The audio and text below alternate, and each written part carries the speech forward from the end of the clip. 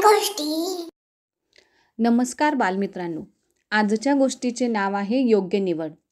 चंदनवाडी गावातील ठाकूर हरपाल सिंहाचा मोठा वाडा प्रसिद्ध होता.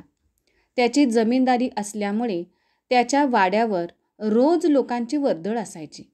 शिवाय हरपाल सिंहाचा स्वभाव आज्ञात्यशील असल्याने त्यांच्या भेटीला भर दुपारी किंवा रात्रीच्या वेळी कोणी भेटावयास आला तर त्याला जेवल्याशिवाय वाड्याबाहेर सोडायचे नाही, असा ठाकूर हरपाल सिंहांचा सक्त हुकूम होता. हरपाल सिंहांना 4 पुत्र होती. त्या चौघांची लग्ने झाली असल्यामुळे त्यांच्या मोठ्या वाड्याची देखभाल व्यवस्थित होत होती.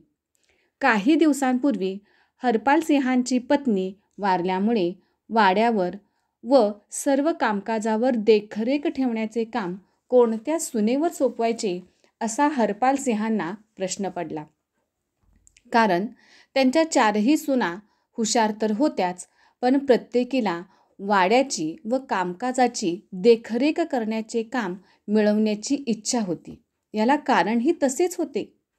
ठाकूर हरपाल सिंहाचे घराणे पिढीजात श्रीमंत असल्याने सोन्या चांदीचे दागिने, धान्याची कोटी, त्यांच्या चाव्या जी सून देखभाल करत असे तिलाच मिळत असत.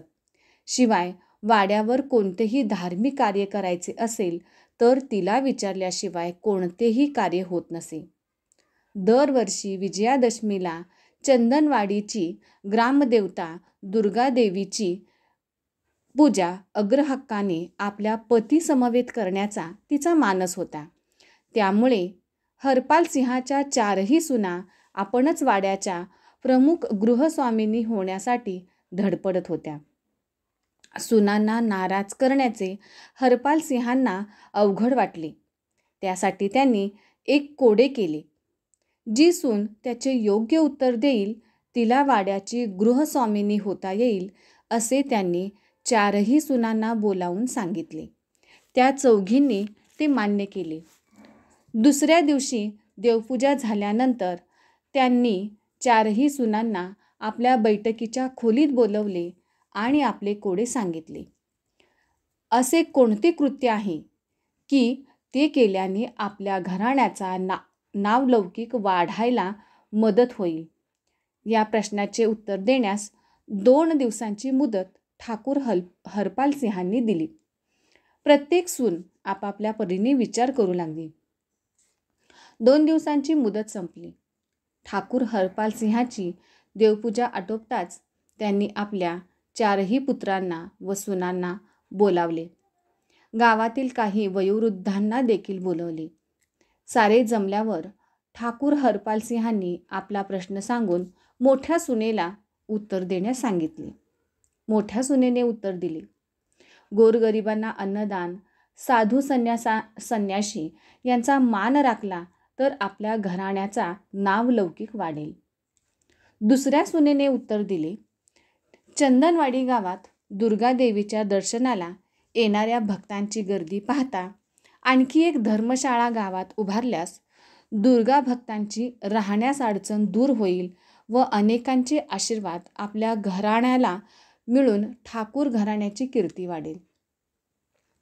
तिसऱ्या सुनेने उत्तर दिले, चंदनवाडी गावाच्या लगत असलेल्या नदीच्या काठावर घाट बांधल्यास सर्वांना त्याचा उपयोग होईल व दुर्गादेवीच्या यात्रेत येणाऱ्या यात्रेकरूंना अन्नदान केल्यास आपल्या घराण्याची प्रतिष्ठा वाढेल. तिन्ही सुनांची योग्य अशी उत्तरं दिल्याने 4थी सून कोणती उत्तर देते याची उत्सुकता साऱ्यांनाच लागली. ठाकूर हरपाल सिंहांचा चेहरा मात्र अजूनही प्रश्नांकित होता. तिन्ही सुनांच्या उत्तराने त्यांचे समाधान झाल्याचे दिसत नव्हते. 4थ्या सुनेने उत्तर दिले, आपल्या वाड्यावर येणारा प्रत्येक जण जाताना आनंदी होऊन गेला पाहिजे, यासाठी या वाड्याची गृहस्वामिनी म्हणून मी प्रयत्न करीन. 4थ्या सुनेचे उत्तर ऐकताच ठाकूर हरपाल सिंहांना समाधान वाटले. बैठकीत जमलेल्या साऱ्यांना मात्र मोठ्या सुनेचे उत्तर योग्य वाटले. पण ठाकूर हरपाल सिंहांनी गृहस्वामिनी कोण या प्रश्नांचे उत्तर देताना म्हटले, आपल्या वाड्यात दुपारी व रात्रीच्या समयी येणाऱ्याला अन्नदान केले तर जातेच, पण साधू संन्यासी यांचाही योग्य मान राखला जातो. दुसऱ्या सुनबाईंची धर्मशाळा बांधायची सूचना आहे, पण ते उत्तर नव्हे. तिसऱ्या सुनबाईंची नदीवर घाट बांधायची कल्पना योग्य आहे, पण त्यामुळे माझ्या प्रश्नाचे उत्तर मिळाले नाही. चौथ्या सुनबाईंचे उत्तर योग्य आहे आणि गृहस्वामिनी होण्यास तीच पात्र आहे. आपल्याच वाड्यावर रोज प्रत्येकजण आपली अडचण घेऊन येत असतो. त्या प्रत्येकाची अडचण आपण शक्यतो दूर करण्याचा प्रयत्न करणे आवश्यक आहे, कारण आदरातिथ्य, सन्मानाची वागणूक यावरच घराण्याची प्रतिष्ठा कळून येते. तीच घराण्याची गृहस्वामिनी होऊ शकेल. बैठकीला जमलेल्या साऱ्यांनाच ठाकूर हरपाल सिंहाची निवड योग्य वाटली आणि चौथ्या सुनेलाच घराण्याची गृहस्वामिनी म्हणून निवडले गेले. धन्यवाद.